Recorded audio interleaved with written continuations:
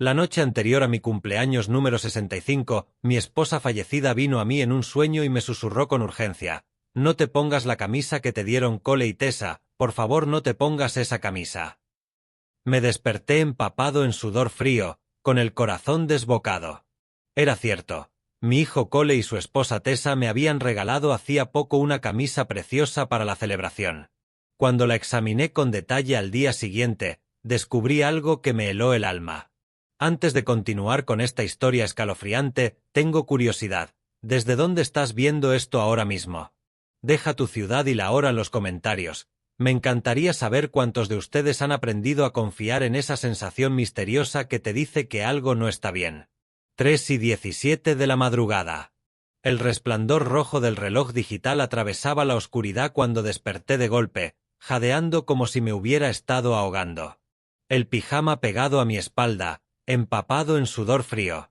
A pesar de la agradable noche primaveral en Austin, Savannah estaba allí, al pie de la cama, tan nítida como el día en que nos casamos hace 43 años. Su cabello plateado brillaba bajo la luz de la luna y sus cálidos ojos marrones, que me habían guiado durante décadas, ardían ahora con una urgencia desesperada. «Joshua», dijo con ese acento tejano tan suyo, «escúchame bien.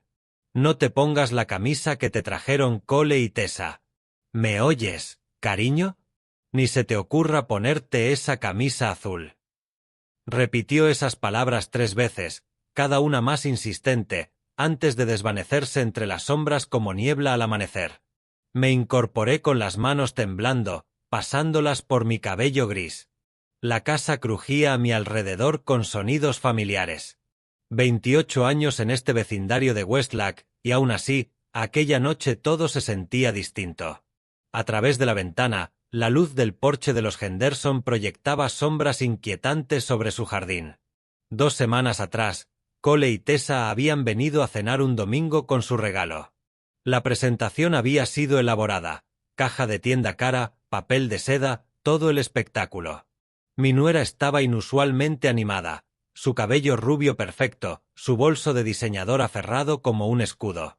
«Papá, esto es para tu gran día», anunció Cole, con sus ojos verdes brillando con lo que yo creí un afecto sincero. La camisa era impresionante, azul marino profundo con finas rayas, algodón egipcio que se sentía como seda. «Tessa la eligió especialmente», dijo él. «Dice que hará resaltar tus ojos».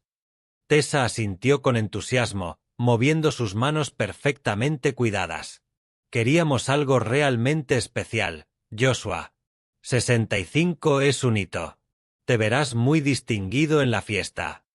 Ahora, en la oscuridad previa al amanecer, su insistencia cobraba otro sentido. ¿Por qué Tessa había sido tan específica con la tela, el corte, cómo se verían las fotos bajo la iluminación del restaurante? ¿Por qué Cole había mencionado 3 veces que debía ponérmelas sí o sí para la celebración en el Riverside Grill? Caminé hacia la cocina, pasando por las fotos familiares que llenaban el pasillo. La graduación de Cole, su boda con Tessa hace 5 años, fiestas y recuerdos de décadas que yo había creído felices. En el fregadero llené un vaso de agua, pero el líquido no logró quitarme el sabor metálico del miedo. 47 años de matrimonio me habían enseñado a confiar en las intuiciones de Savannah, incluso cuando desafiaban la lógica. Me había advertido sobre socios que luego robaron dinero, sobre vecinos con sonrisas amables que escondían malas intenciones, sobre inversiones que parecían demasiado buenas para ser reales. Pero esto trataba de nuestro hijo. Afuera, Austin empezaba a despertar. Camiones de basura retumbaban a lo lejos. Madrugadores arrancaban sus coches. Sonidos normales de un martes normal. Pero nada se sentía normal. La voz de Savannah resonaba con claridad cristalina, con la misma firmeza que había guiado cada decisión importante de nuestra vida familiar. Incluso muerta, seguía intentando protegerme. Al llegar la mañana intenté olvidar el sueño, pero su voz seguía repitiéndose en mi cabeza mientras bajaba a la cocina. El aroma a café y huevos revueltos llenaba el ambiente mientras Cole y Tessa preparaban lo que llamaron el desayuno perfecto de cumpleaños. Mi hijo iba y venía entre la encimera y la cocina mientras Tessa colocaba zumo de naranja en vasos de cristal, insistiendo en usar nuestra mejor vajilla. «¡Feliz cumpleaños!», Papá, dijo Cole, dejando unos huevos benedictinos frente a mí con teatralidad. 65 años y todavía joven. Tessa se sentó con su ropa deportiva de marca impecable a pesar de lo temprano que era. Sus ojos azules analizaban cada gesto mío. Queríamos que esta mañana fuera especial antes de la celebración de esta noche. Forcé una sonrisa, aunque la advertencia de Savannah seguía martilleando dentro de mí. No teníais que hacer tanto. Tonterías. Cole restó importancia a mi comentario, acomodándose. A propósito, sobre esta noche, su expresión se volvió seria, casi urgente. Papá, tienes que ponerte la camisa azul que te regalamos. Es perfecta para tu gran día. Algo en su tono hizo que mi tenedor se detuviera. Había una insistencia, una presión que no era propia de mi hijo. Tessa se inclinó hacia adelante, sus dedos impecablemente cuidados tamborileando sobre la mesa de roble. ¿Te la probaste, Joshua? La hicimos ajustar especialmente. El color se verá precioso bajo la iluminación del restaurante. Aún no tuve tiempo, respondí con cautela, observando sus reacciones. La mandíbula de Cole se tensó y la sonrisa de Tessa pareció congelarse. Pues deberías hacerlo hoy, insistió ella, con un matiz en la voz que no supe identificar. Queremos que todo sea absolutamente perfecto esta noche. La camisa, la celebración, todo. Mi teléfono vibró. Jade llamaba. Agradecí la interrupción. Hola, cariño, respondí, caminando hacia la ventana. Feliz cumpleaños, papi, escuché su voz cálida aliviar un poco la tensión en mi pecho. Estamos a 20 minutos. Leo pregunta por el pastel desde que salimos. Reí imaginándome a mi nieto de 4 años. Dile que el abuelo también está deseando verlo. Knox quería saber si hay código de vestimenta para esta noche. ¿Traje? Casual elegante está bien. Al colgar, vi a Cole y Tessa intercambiar una mirada. Breve, de menos de un segundo, pero suficiente para que mi estómago se contrajera. ¿Todo bien con Jade?, preguntó Cole con un tono excesivamente ligero. Todo bien. Llegarán pronto. Estudié el rostro de mi hijo. ¿Cuándo habían aparecido esas arrugas de preocupación alrededor de sus ojos? ¿Cuándo su sonrisa empezó a parecer tan forzada? Tessa carraspeó. Joshua, lo de la camisa, de verdad nos haría mucha ilusión que la llevaras esta noche. Lo pensamos muchísimo, y Cole estaba entusiasmado con sorprenderte. Otra vez esa presión, ese tono que sonaba más a exigencia que a sugestión. En 35 años siendo el padre de Cole, nunca lo había oído hablar así por algo tan simple como una prenda. Recordé el domingo en que me dieron el regalo, como Tessa insistió en quedarse a ver cómo lo abría, como Cole repitió 3 veces que debía ponérmela. Claro, oí que decía mi propia voz, mientras cada instinto dentro de mí gritaba advertencias. Seguro que estará perfecta. Los hombros de Cole se relajaron y la sonrisa de Tessa, por fin, pareció auténtica. Terminaron el desayuno hablando de planes, reservas, invitados. Una conversación normal que debería haberme reconfortado, pero que me dejó con la sensación de estar viendo actores ensayar una escena. Cuando se marcharon al trabajo, la casa quedó en silencio, y fue entonces cuando la advertencia de Savannah dejó de sentirse como un sueño y empezó a sentirse como una premonición. La tarde se volvió interminable, cada tic del reloj resonando en la casa vacía. Jade no llegaría hasta las 6 y la cena era a las 7. Horas de soledad en compañía de una advertencia insistente. Intenté leer el Austin American Statesman, pero las palabras se desdibujaban. Mi mente volvía una y otra vez al desayuno, a la intensidad en la voz de Cole cuando insistió en que debía ponerme esa camisa. A las 3 no pude aguantar más. El camino hacia el dormitorio principal se sintió más largo de lo normal. Nuestro vestidor todavía olía a las bolsitas de lavanda de Savannah, un consuelo convertido ahora en inquietud. La camisa colgaba donde la había dejado hacía 2 semanas, protegida por la funda transparente entre mi traje de domingo y mi americana azul. Incluso a través del plástico, la tela azul relucía con calidad. Abrí la funda, reconociendo el peso del algodón egipcio. Esto vale fácilmente $300, pensé, quizá más.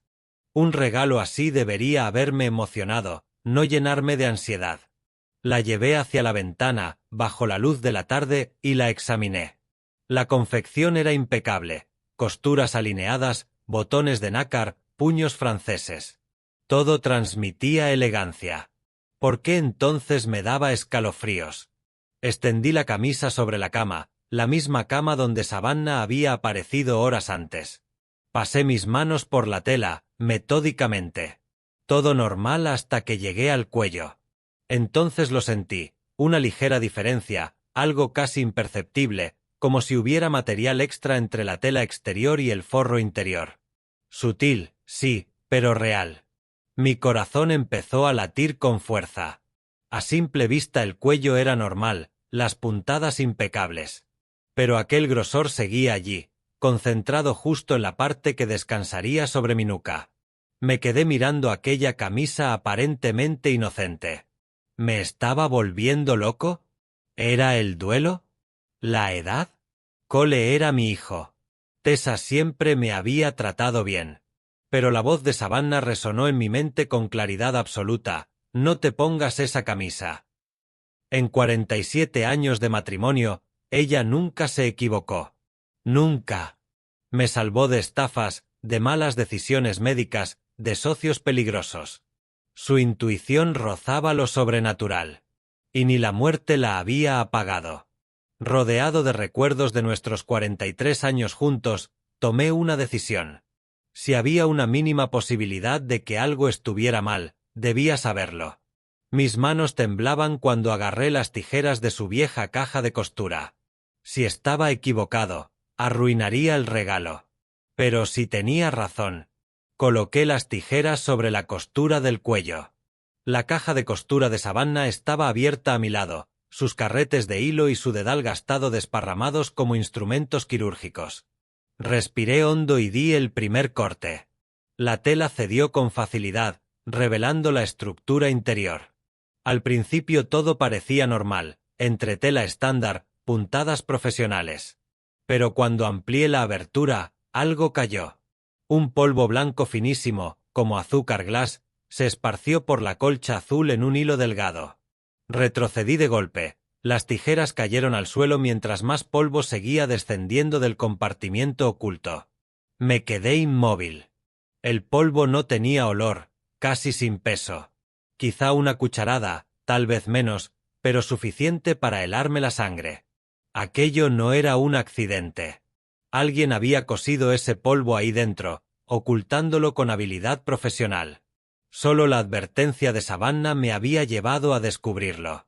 Con las manos temblando tomé mi teléfono y busqué a la persona adecuada. El Dr. Ren Hunt, amigo desde la universidad, químico brillante con 30 años de experiencia.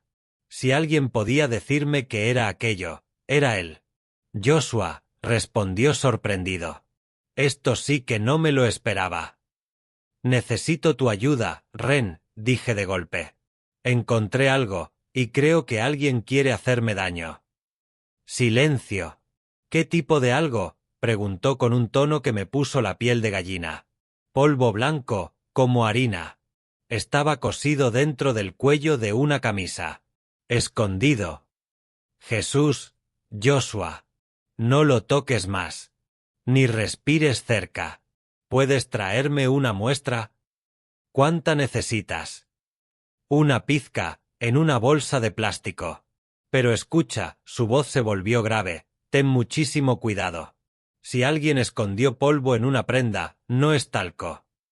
El trayecto hacia el laboratorio de Ren en la Universidad de Texas pareció eterno, aunque el reloj marcó solo 15 minutos.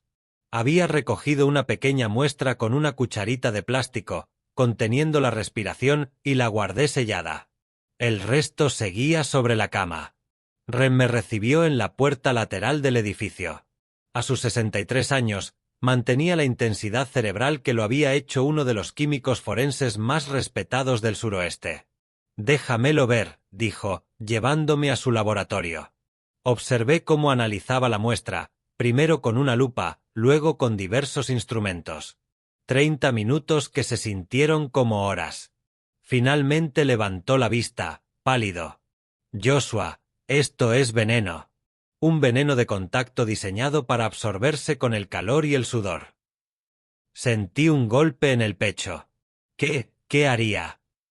Al estar contra tu piel durante horas, sobre todo si te mueves, hablas o te emocionas, como en tu fiesta de cumpleaños, tu cuerpo lo absorbería lentamente. Primero mareo leve, náuseas, el corazón acelerado. En unas horas, dudó. ¿En unas horas qué? Paro cardíaco. Parecería completamente natural. Un hombre de 65 años muriendo en su propia fiesta, nadie sospecharía. Una sola idea me atravesó como un cuchillo. Mi propio hijo quería que yo muriera. Ren no perdió tiempo. Tomó su móvil. Cruz, soy Ren Hunt. Ven ya al laboratorio. Intento de homicidio. La víctima está aquí. 20 minutos después, el detective Cruz entró con paso firme. Más joven de lo esperado, quizá 45, ojos atentos. Señor Ford, dijo tras estrecharme la mano, antes de continuar, necesito que sepa que su hijo Cole lleva en nuestro radar 3 meses. Sentí un segundo golpe. ¿Qué quiere decir? Cruz abrió una libreta. Estamos investigando una estafa de criptomonedas que dejó pérdidas de 15 millones en Austin. Su hijo perdió 2,5 millones. No tiene ese dinero. Lo pidió prestado a gente muy peligrosa. Y su plazo de pago venció hace 2 semanas. 2 semanas, cuando me dieron la camisa. Detective, tengo seguro de vida. 3 millones. Cruz asintió. Lo sabemos. Su hijo es el principal beneficiario. Las piezas encajaron con un escalofrío. Una fiesta pública, la insistencia en la camisa, y yo desplomándome en el restaurante frente a testigos. ¿Y Tessa? El rostro de Cruz se endureció. Ahí se complica.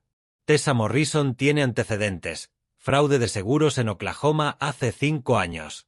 Cargos retirados, pero sospechosos. Su primer marido, mayor que ella, murió en una caída accidental meses después de aumentar su seguro de vida. ¿Mató antes? Nunca pudimos probarlo, pero sí, lo creemos.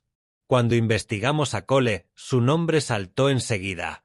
Pensé en su forma de observarme esa mañana, en su energía nerviosa, en cómo se aferraba al tema de la camisa. Señor Ford, continuó Cruz, creemos que Tessa ideó el plan. Su hijo está hundido, desesperado. Ella tiene experiencia.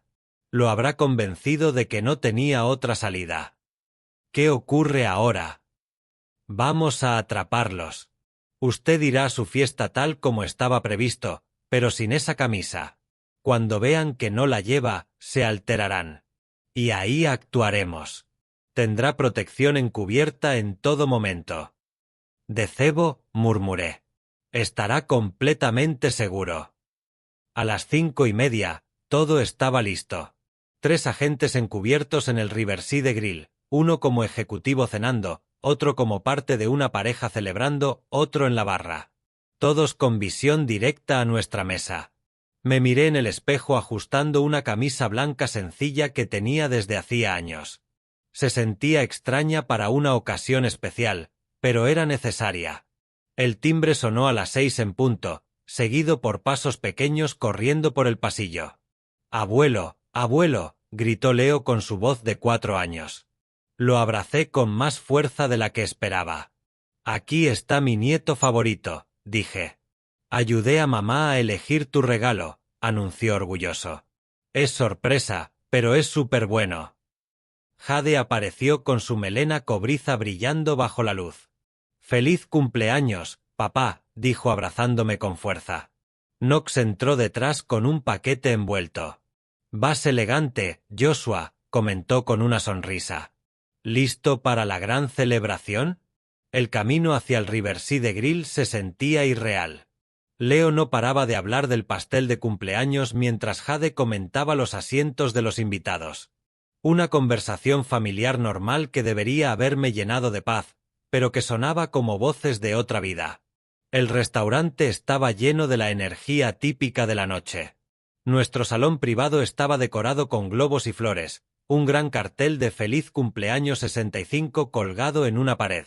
Cole y Tessa llegaron poco después que nosotros, impecablemente vestidos, con sonrisas amplias que no llegaban a sus ojos. Cole llevaba un traje gris carbón. Tessa, un vestido de cóctel negro que probablemente costaba más que el salario mensual de mucha gente. Papá. El abrazo de Cole se sintió normal, familiar. Por un momento casi logré convencerme de que el detective Cruz se había equivocado. Pero entonces sus ojos se fijaron en mi camisa. El cambio fue sutil, pero inconfundible. Primero confusión, luego algo muy parecido al pánico. Papá, dijo con cuidado, ¿dónde está la camisa azul? La que escogimos Tess y yo. Oh, esa, respondí con ligereza. Decidí ponerme algo más cómodo. Ya sabes cómo soy con la ropa nueva. Tessa dio un paso al frente, su sonrisa ahora parecía pintada. Pero Joshua, elegimos esa camisa específicamente para esta noche. El color, el corte, todo era perfecto para las fotos. Estoy seguro de que esta también saldrá bien en las fotos, dije, observando cómo ella intercambiaba una mirada preocupada con Cole. Empezaron a llegar más invitados, compañeros de trabajo, vecinos, viejos amigos que habían conocido a Savannah y a mí durante décadas.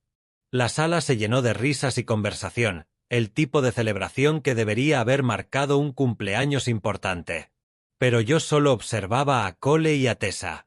Se quedaron cerca de las ventanas, enfrascados en susurros cada vez más tensos. Las manos de Tessa se movían nerviosas, su agitación evidente en cada gesto. Cole no paraba de pasarse los dedos por el pelo, el mismo tic nervioso que tenía de niño. ¿Todo bien?, pregunté, acercándome cuando hubo un momento de calma en las saludos. Claro, papá, respondió Cole demasiado rápido. Solo comentando el orden de la noche. La risa de Tessa sonó forzada. Queremos que todo esté perfecto para tu día especial. Cuando empezó a servirse la cena, su ansiedad se volvió imposible de ocultar. Tessa casi no probó su salmón, revisando el móvil una y otra vez.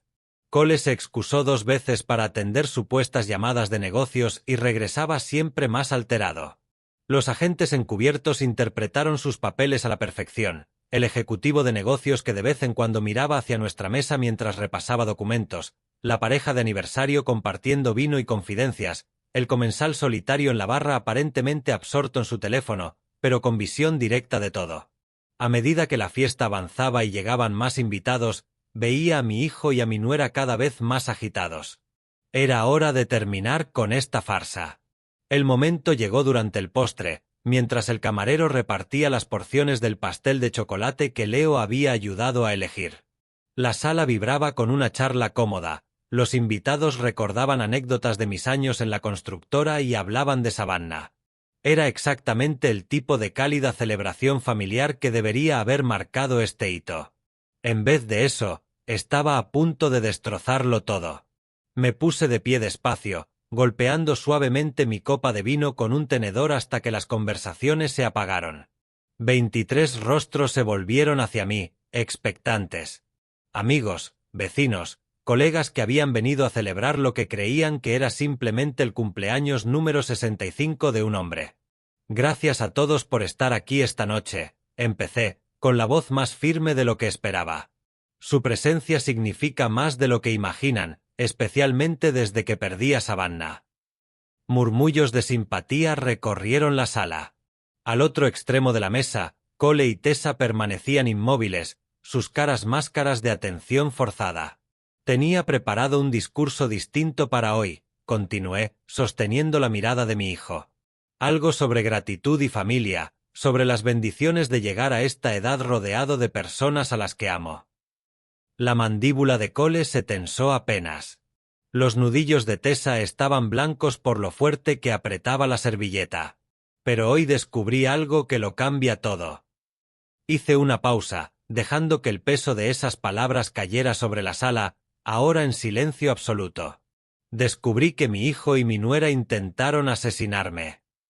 La reacción fue inmediata y explosiva. Se escucharon jadeos, las sillas rasparon el suelo mientras todos se giraban para mirar a Cole y Tessa. Alguien, Creo que fue nuestra vecina la señora Patterson. Llegó incluso a gritar.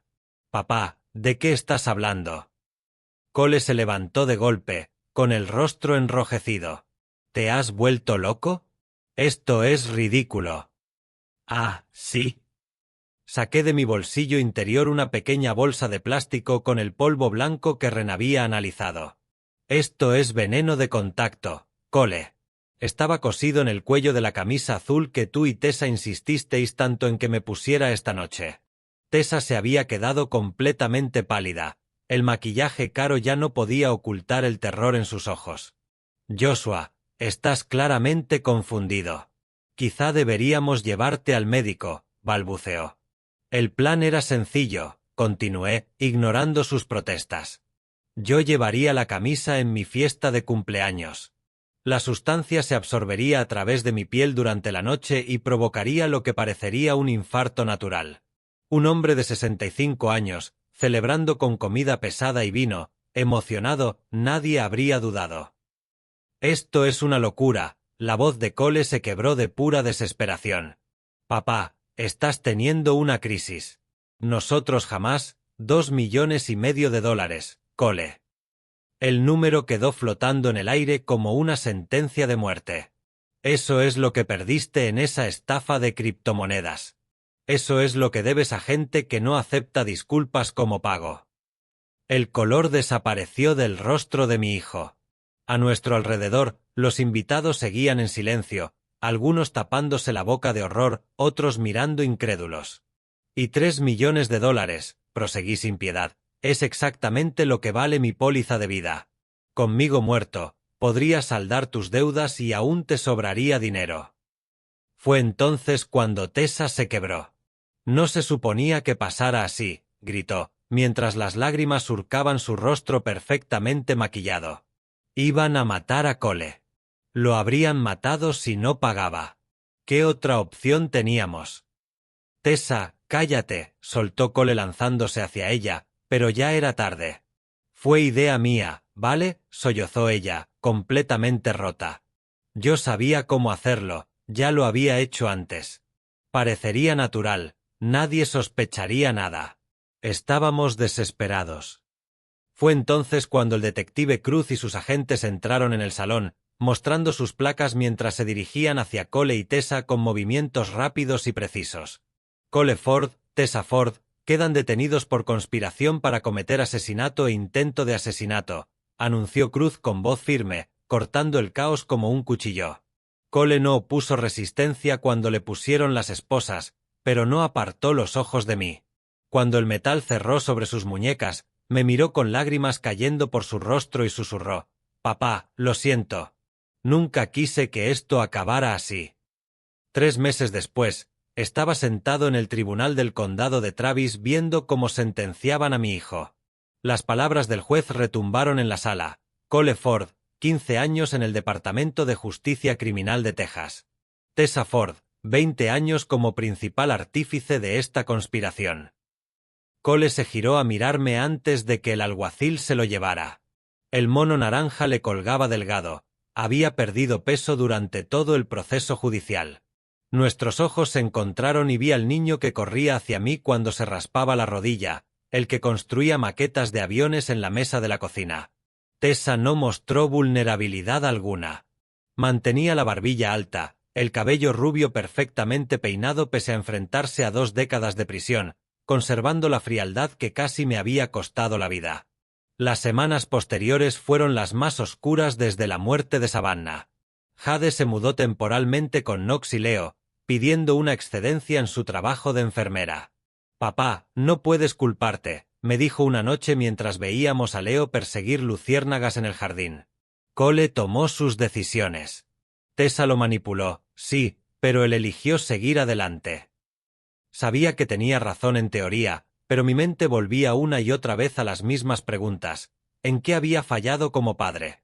¿Cómo no vi las señales? 6 meses después de la sentencia decidí visitar a Cole en prisión. El penal de Huntsville era muros de hormigón, alambre de espino y una tristeza institucional que se respiraba en el aire.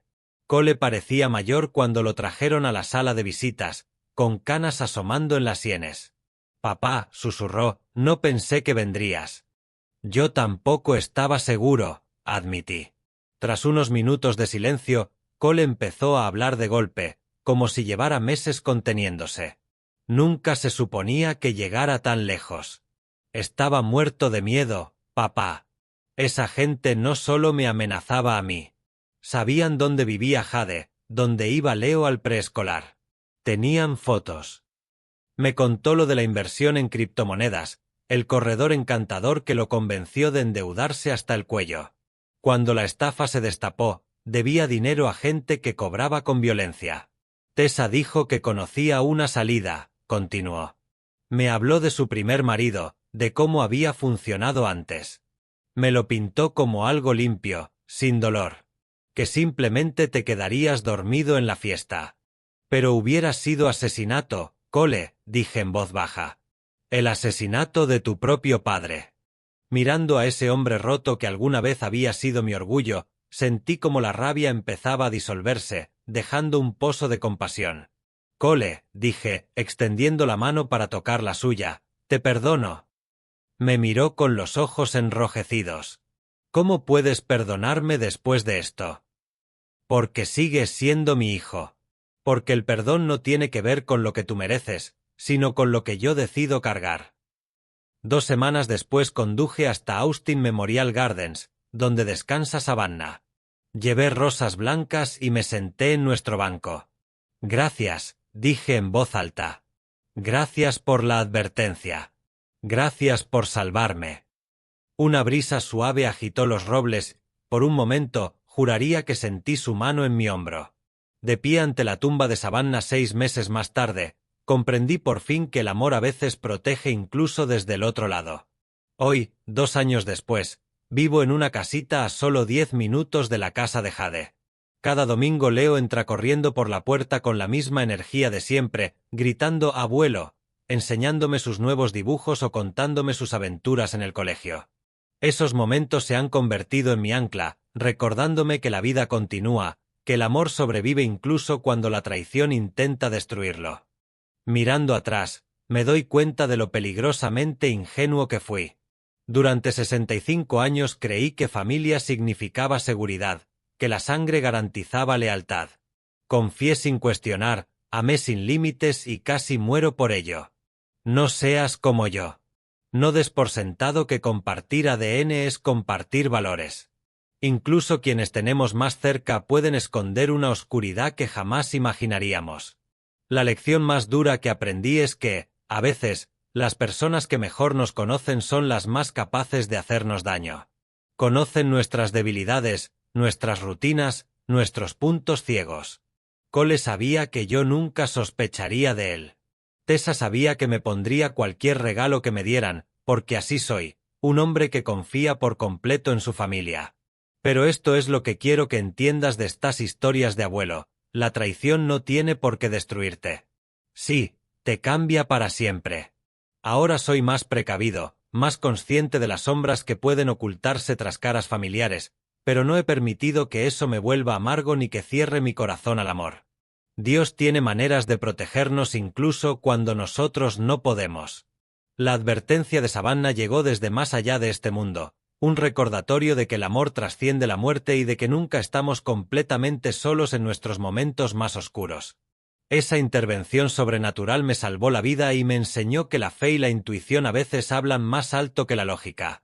Si estás viviendo tu propia traición ahora mismo, escucha esto: sanar es posible.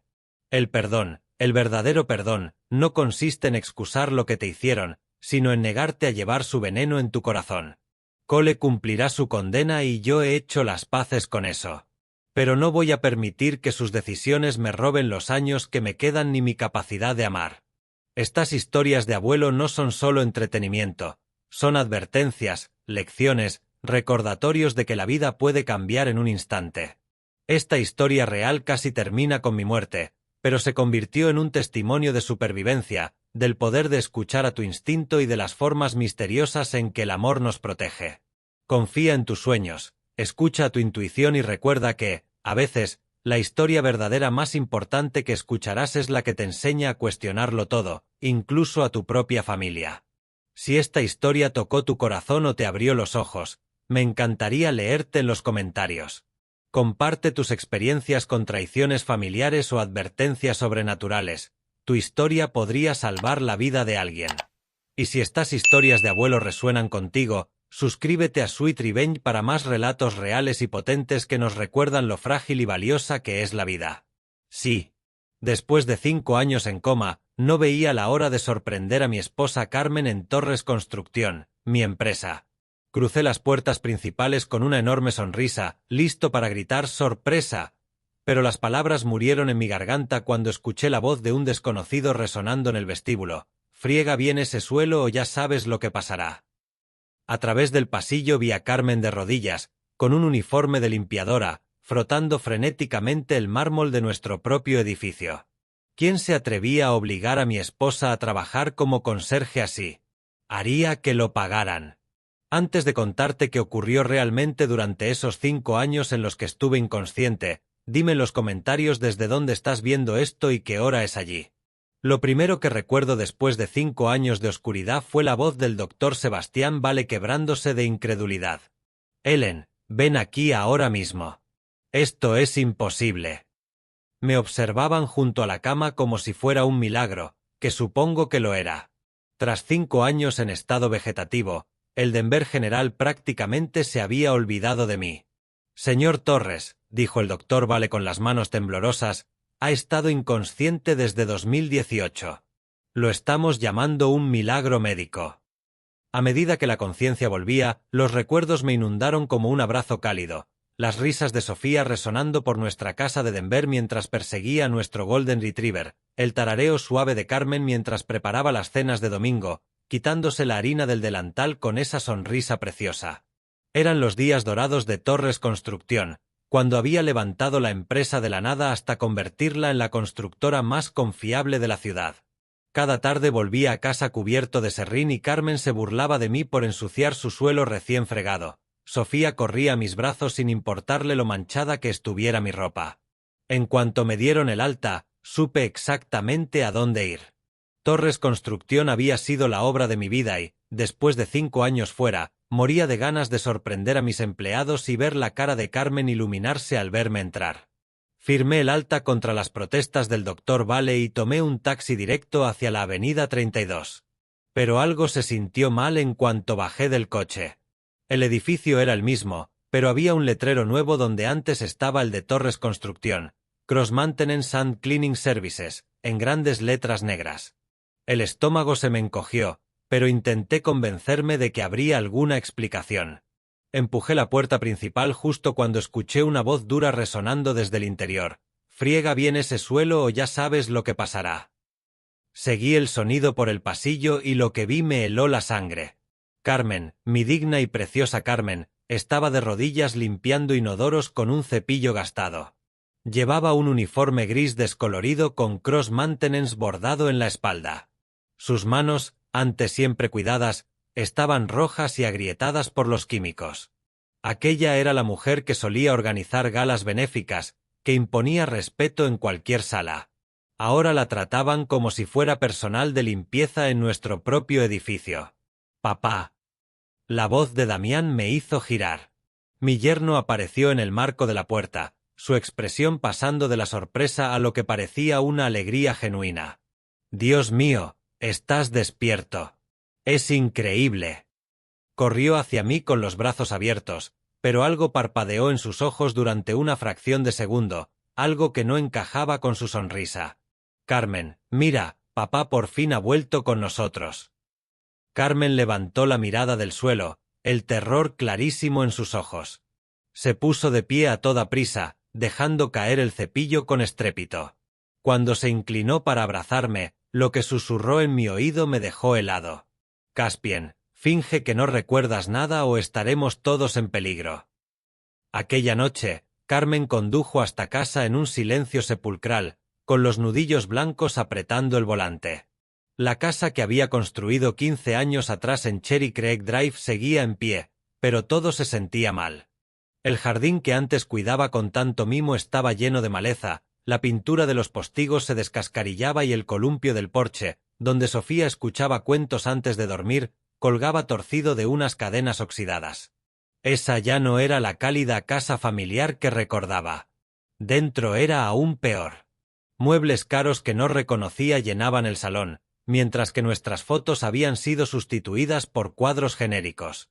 La cocina donde Carmen solía hornear galletas estaba fría, casi sin uso. Todo gritaba control de Damián, ahogando la vida de lo que un día fue nuestro refugio.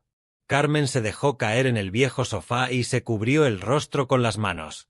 Cuando levantó la cabeza, las lágrimas rodaban por sus mejillas mientras la horrible historia empezaba a salir a borbotones. Las facturas médicas, Caspien, susurró, mirando de reojo hacia las escaleras. Después de tu accidente eran astronómicas. Cientos de miles por tratamientos especializados, terapias experimentales. Yo no sabía manejar las finanzas de la empresa. Siempre te encargabas de todo. La voz se le quebró. Damián intervino, dijo que se encargaría temporalmente de Torres Construcción. Luego me dijo que la empresa no podía sostener tus gastos médicos. Que si quería mantenerte con vida tendría que trabajar para su empresa de limpieza, Cross Maintenance. Se hizo con nuestros contratos, dijo a los clientes que Torres Construcción estaba en reestructuración.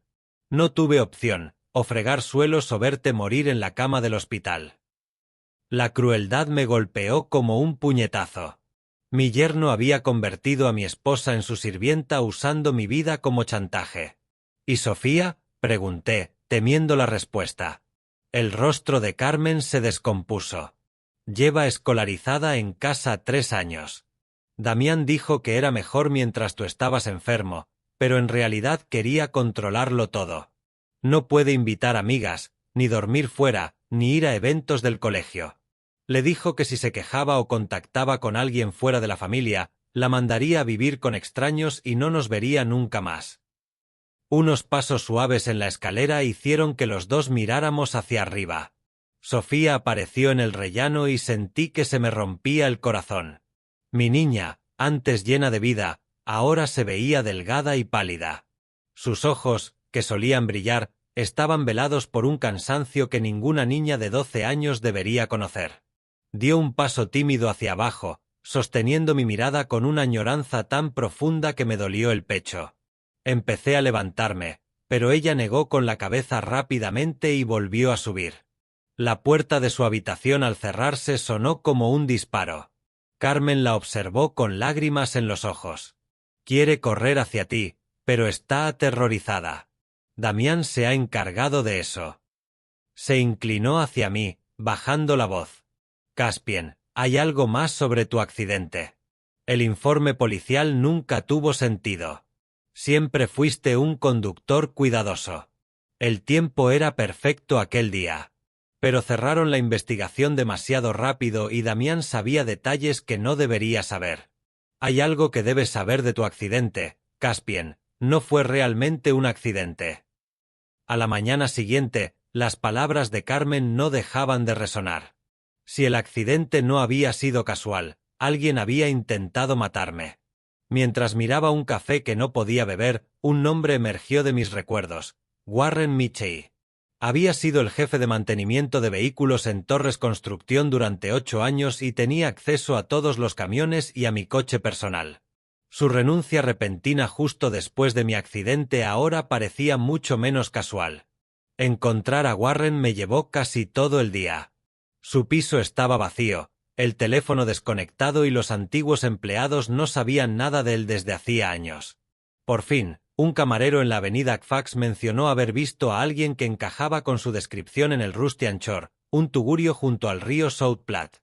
El sitio era exactamente lo que imaginaba: luces tenues, asientos de vinilo agrietados y olor a cerveza rancia y sueños rotos. Encontré a Warren encorvado sobre un whisky en un rincón, como si hubiera envejecido 20 años en 5. «Dios santo», susurró al verme, con el vaso temblándole en la mano. «Caspien. Dijeron que nunca despertarías». El Warren que recordaba era pulcro y fiable. Este hombre parecía vacío, sin afeitar, con ropa que no veía una lavadora desde hacía días. Me senté frente a él, hablando en voz baja. Warren, necesito preguntarte por mi accidente. Mi esposa cree que no fue algo aleatorio. La sangre desapareció de su rostro y le tembló tanto la mano que tuvo que dejar el vaso. Dios, gimió, enterrando la cara entre las palmas. He esperado 5 años para esta conversación. Las lágrimas le empezaron a caer cuando levantó la vista hacia mí. Caspian, lo siento. Siento muchísimo lo que te hice. He destrozado mi vida pensando en ello cada día. Por favor, perdóname. Su voz se quebró del todo al sollozar. Nunca quise que llegara tan lejos. Lo juro por la tumba de mi madre, pensé que solo era para darte un susto. Las palabras salieron de él como agua de una presa rota. Damián se me acercó 3 semanas antes de tu accidente, me ofreció $50,000 en efectivo.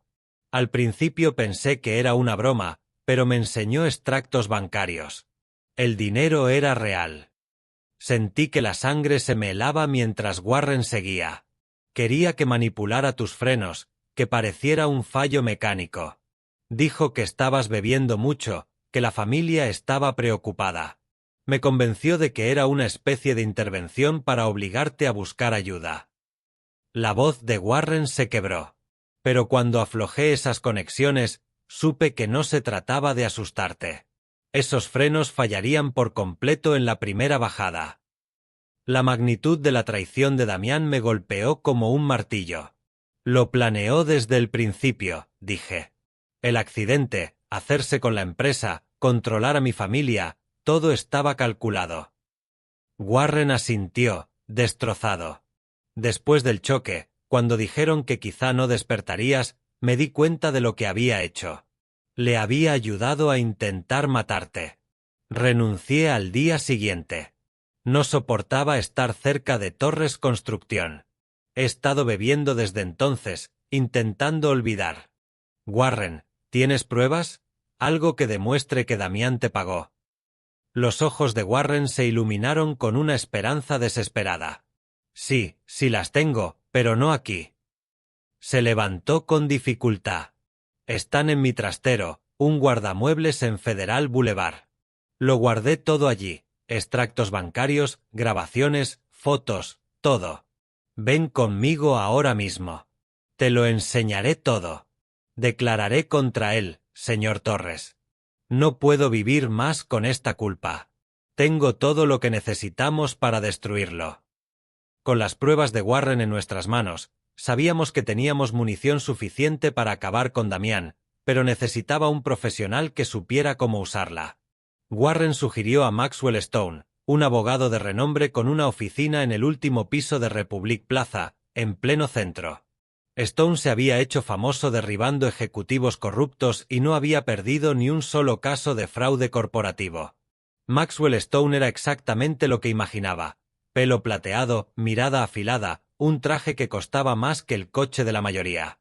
Extendió las pruebas de Warren sobre la mesa de juntas como un general preparando una campaña militar.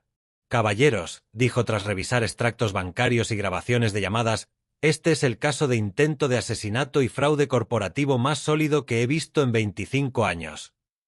Levantó una grabación donde la voz de Damián se escuchaba con total nitidez hablando de manipular los frenos. Solo esto bastaría para que lo encerraran entre 15 y 20 años. Si añadimos los registros financieros que demuestran el desfalco sistemático en Torres Construcción, hablamos de múltiples delitos graves.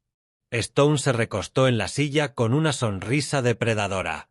No solo recuperaremos su empresa, señor Torres, también nos aseguraremos de que crospase décadas en una prisión federal. Warren se removió inquieto. ¿Y qué hay de mi participación? Yo fui quien saboteó los frenos. Stone hizo un gesto despreocupado. Testificará con inmunidad como testigo colaborador. Su cooperación lo mantendrá fuera de la cárcel, aunque tendrá libertad condicional y servicio comunitario. Nuestro siguiente paso fue el Departamento de Policía de Denver, en la calle Cherokee, donde el detective Troy Anderson revisó nuestras pruebas con una precisión metódica. Anderson era robusto, con sienes encanecidas y el aspecto curtido de alguien que ya ha visto todas las formas de crueldad humana. Esto es oro puro, dijo golpeando con un dedo los documentos financieros.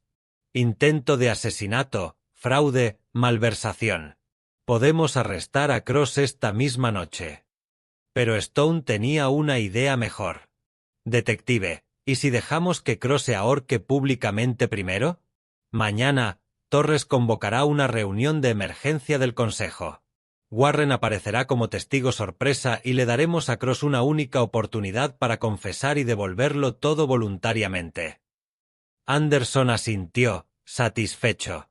Cuando se niegue, que lo hará, tendremos todo grabado. Si intenta huir o destruir pruebas, añadimos obstrucción a la justicia. La estrategia era brillante. Enfrentaríamos a Damián en su momento de aparente triunfo, rodeado de la empresa que había robado, mientras el testimonio de Warren destrozaba sus mentiras una a una. Stone estaría como abogado, Anderson tendría unidades de apoyo esperando fuera y Warren asestaría el golpe final con las grabaciones. Aquella tarde, sentado en nuestro salón de Cherry Creek Drive, sentí algo que no experimentaba desde hacía 5 años, esperanza real. Mañana me enfrentaría al hombre que intentó asesinarme, que esclavizó a mi esposa y aterrorizó a mi hija. Pero esta vez no estaría indefenso en una cama de hospital. Esta vez tendría la justicia de mi lado. Carmen apretó mi mano mientras veíamos el atardecer. ¿Estás listo para esto? Pensé en el remordimiento de Warren, en la seguridad de Stone, en la autoridad de Anderson. Mañana recuperamos lo que es nuestro, Carmen. Se hará justicia. La sala de juntas de Torres Construcción jamás había visto algo así. Crucé aquellas puertas de cristal que conocía de memoria a las 10 en punto de la mañana del martes, con mi mejor traje gris carbón y la postura del director general que siempre había sido. Warren venía justo detrás, sujetando un maletín repleto de pruebas que lo cambiarían todo. Los miembros del consejo, hombres que habían trabajado conmigo durante años antes de mi accidente, levantaron la mirada en un silencio atónito cuando me senté en la cabecera de la mesa. Damián estaba congelado en mi antigua silla, su rostro pasando de la sorpresa a la confusión y luego al terror mientras sus ojos se clavaban en Warren. ¿Qué hace él aquí?, tartamudeó, con la confianza suave de siempre resquebrajándose como cristal fino. El color le desapareció del rostro cuando Warren dejó el maletín sobre la mesa y empezó a sacar carpetas manila. Señores, anuncié a los 5 miembros del consejo, quiero presentarles nuevas pruebas sobre mi accidente de hace 5 años. Maxwell Stone entró detrás de nosotros, su presencia añadiendo peso legal a la confrontación. Warren Mitchell, nuestro antiguo jefe de mantenimiento de vehículos, tiene algo importante que compartir con todos. Las manos de Warren temblaron al ponerse de pie, pero su voz se fue fortaleciendo con cada palabra. Hace 5 años, Damián Cross me pagó $50,000 para sabotear el sistema de frenos del señor Torres. La sala estalló en exclamaciones y murmullos indignados. Warren levantó una grabadora digital. Tengo toda nuestra conversación grabada, incluidas sus instrucciones exactas para que el accidente pareciera un fallo mecánico. Pulsó el botón de reproducción y la voz de Damián llenó la sala con nitidez absoluta. Asegúrate de que esos frenos fallen por completo en la primera bajada que coja. Tiene que parecer un accidente, Warren. Nadie debe poder rastrear esto hasta nosotros. La grabación siguió durante varios minutos demoledores, con Damián hablando de pagos y de cómo encubrirlo todo. Y eso no es todo, continuó Warren, esparciendo extractos bancarios sobre la mesa. Aquí están las transferencias que demuestran los pagos de Damián a mi cuenta. Y levantó unas fotografías, muestran los daños en los frenos antes de que yo falsificara los informes de reparación. Por fin, Damián encontró la voz, aunque salió como un susurro desesperado. No podéis demostrar nada. Warren es un borracho, un mentiroso. Todo esto está fabricado. Stone dio un paso al frente con su sonrisa de depredador. Señor Cross, también tenemos pruebas de malversación sistemática de fondos de las cuentas de Torres Construcción, contratos fraudulentos y robo de identidad. Al FBI le va a fascinar su contabilidad creativa. Los miembros del consejo miraban a Damián con repulsión y horror. Tom Bradley, el miembro más veterano, habló por todos. Damián, debes dimitir ahora mismo y devolver el control de esta empresa a su legítimo dueño. Acorralado y desenmascarado, los hombros de Damián se hundieron derrotados. Con las manos temblorosas, firmó los documentos de renuncia que Stone había preparado, transfiriendo oficialmente toda la autoridad de vuelta a mí. El hombre que había intentado matarme, que esclavizó a mi esposa y aterrorizó a mi hija, quedaba por fin despojado del poder que había robado. Pero cuando recogió sus cosas para marcharse, su postura derrotada se estiró en algo más oscuro. En la puerta de la sala, se giró con los ojos llenos de un odio puro. «Esto no ha terminado, viejo», escupió, con la máscara de cordialidad totalmente caída. «Crees que has ganado, pero no tienes ni idea de lo que soy capaz. Te vas a arrepentir». Cerró la puerta de un portazo tan fuerte que la mesa tembló. Warren se dejó caer en la silla, agotado por su confesión. Los miembros del consejo permanecieron en silencio, asimilando que su empresa había estado en manos de un asesino en potencia durante 5 años. Debería haberme sentido victorioso, pero las últimas palabras de Damián resonaban en mi mente como una advertencia. Aquella batalla estaba ganada, pero algo me decía que la guerra estaba lejos de terminar. La semana posterior a nuestra victoria en la sala de juntas fue como volver a una vida que creía perdida para siempre. La transformación de Carmen fue inmediata y hermosa. A la mañana siguiente de la renuncia de Damián, entró en nuestro dormitorio con el uniforme gris de Cross Maintenance que se había visto obligada a llevar durante 3 años. Sin decir una palabra, lo arrojó a la chimenea y encendió una cerilla. Mientras la tela se consumía, las lágrimas de alivio le corrían por la cara. «Nunca más tendré que ponerme esto», susurró. Volvió a ser la mujer con la que me había casado, organizando la casa, cocinando cenas elaboradas y convirtiéndose en la madre que Sofía desesperadamente necesitaba. Su risa volvió y llenó nuestro hogar de Cherry Creek Drive de calidez. Empezó a cuidar otra vez el jardín, plantando flores donde antes solo había malas hierbas. El cambio más valioso fue ver a Sofía salir de su caparazón de miedo. 3 días después de que recuperara Torres Construcción, llamó a la puerta de mi despacho. «Papá, ¿podemos hablar?». Durante 2 horas, mi hija de 12 años me contó su pesadilla, cómo Damián la había aislado de sus amigas, diciendo que eran malas influencias, cómo la convenció de que, si hablaba con alguien fuera de la familia, la mandaría a vivir con desconocidos y nunca volvería a vernos. «Se quedaba de pie fuera de mi puerta por las noches», dijo en voz baja, sin decir nada, solo escuchando, asegurándose de que yo supiera que estaba ahí. Contuve la rabia y hablé con suavidad. «Cariño, eso no volverá a ocurrir. Ahora estás a salvo».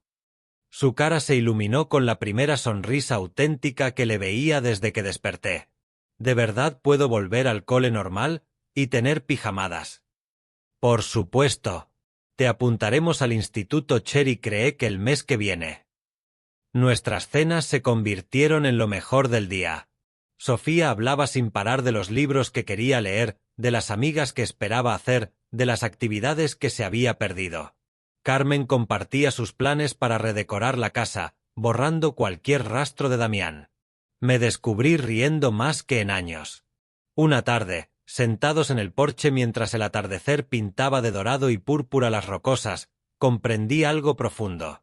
Siempre había creído que Torres Construcción era mi mayor logro. Pero con la cabeza de Carmen apoyada en mi hombro y Sofía leyendo a nuestro lado, entendí que mi verdadero éxito era este, mi familia otra vez completa y feliz. «Papá», dijo Sofía levantando la vista del libro, «me alegro de que despertaras». «Yo también, cariño». Ese instante perfecto debería haber sido una advertencia. Una felicidad tan completa casi parecía demasiado buena para ser verdad.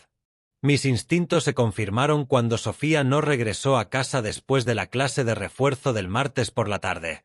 Carmen llamó a la profesora a las 6:30. Sofía se había marchado a las 4, como siempre.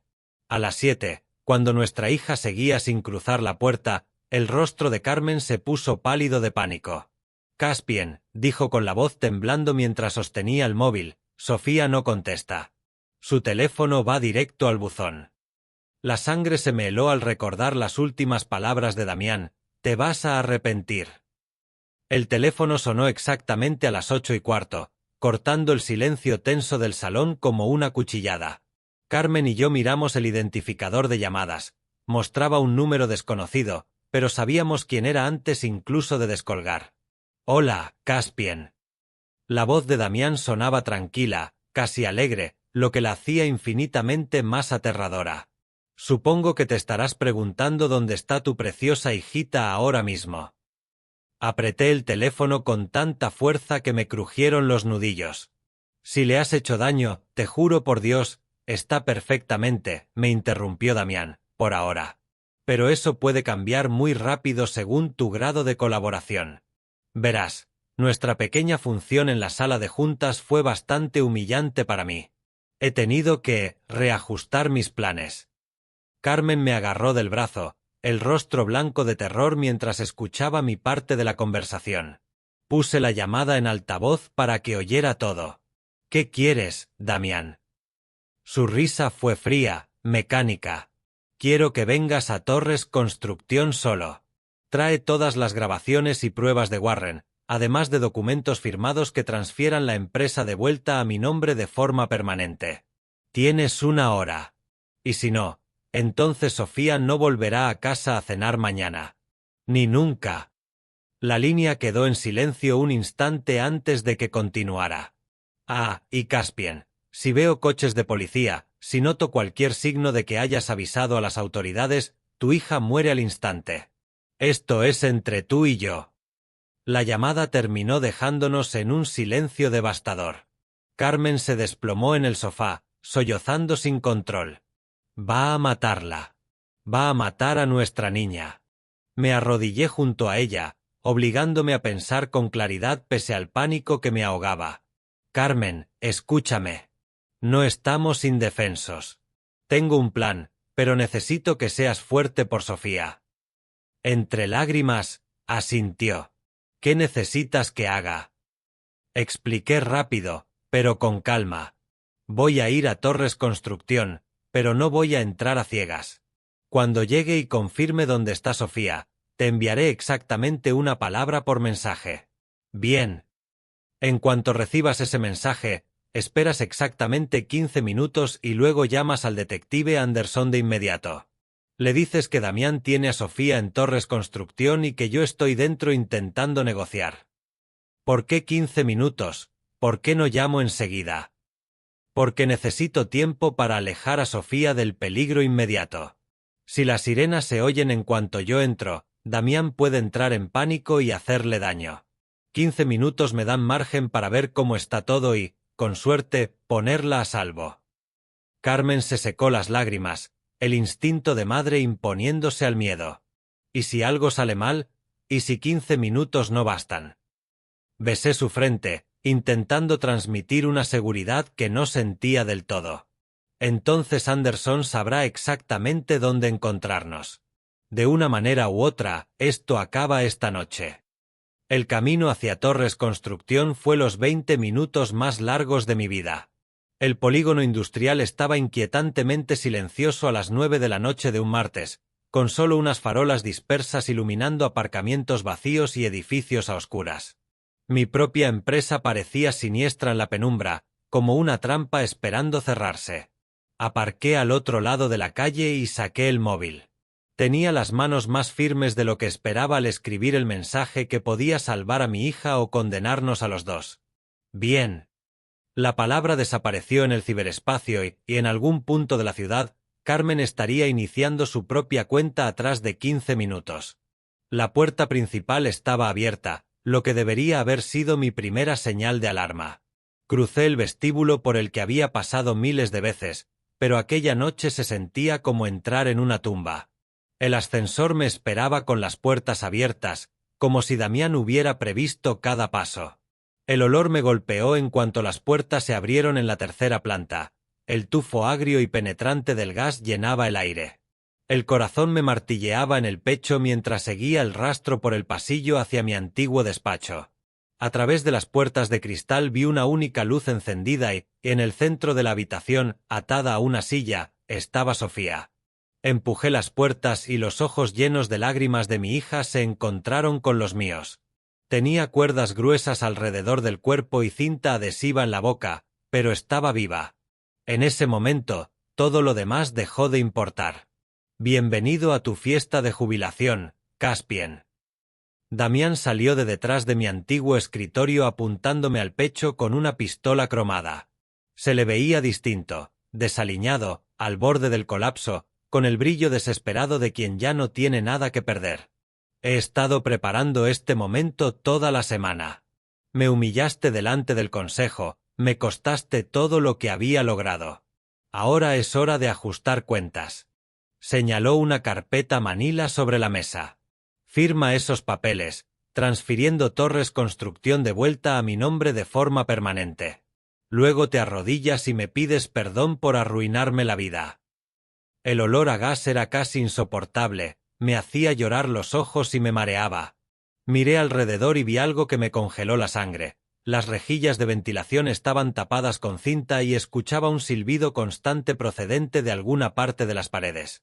No tienes pensado dejarnos marchar, ¿verdad?, dije, ganando tiempo mientras calculaba cuántos minutos habían pasado desde el mensaje. Quizá 8 o 9. Necesitaba mantener a Damián hablando. Su risa sonó maníaca. ¿Dejaros marchar? Oh, Caspian, no has entendido nada. Todo este edificio va a ser un trágico accidente. Fuga de gas, explosión terrible, padre e hija muertos intentando negociar con un hombre desesperado. Para cuando los bomberos revisen los escombros, todas las pruebas de Warren serán cenizas y yo estaré muy lejos, con otra identidad. Fue entonces cuando comprendí por completo su locura. No era solo venganza, era su plan de fuga. Conmigo muerto y las pruebas destruidas, podría desaparecer y empezar de nuevo. El único problema, dije acercándome poco a poco a la silla de Sofía, es que tú también sigues aquí. ¿Cómo piensas sobrevivir tú a tu propia explosión de gas? Durante una fracción de segundo, la duda cruzó su rostro y esa fue toda la apertura que necesitaba. Me lancé hacia él, lo embestí por la cintura y los dos nos estrellamos contra los archivadores. El arma salió volando y resbaló por el suelo. Damián era más joven y estaba desesperado, pero yo luchaba por la vida de mi hija. Rodamos por el suelo repartiendo puñetazos y forcejeando por el control. A mi espalda escuché los sonidos ahogados de Sofía y al girar la cabeza, la vi intentando desesperadamente liberar sus manos de las cuerdas. «Papá, cuidado». La voz de Sofía sonó clara. Había conseguido arrancarse la cinta.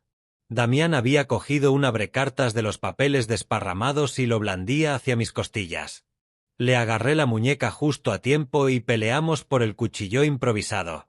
Entonces sonó el sonido más hermoso que he escuchado jamás, sirenas de policía acercándose cada vez más.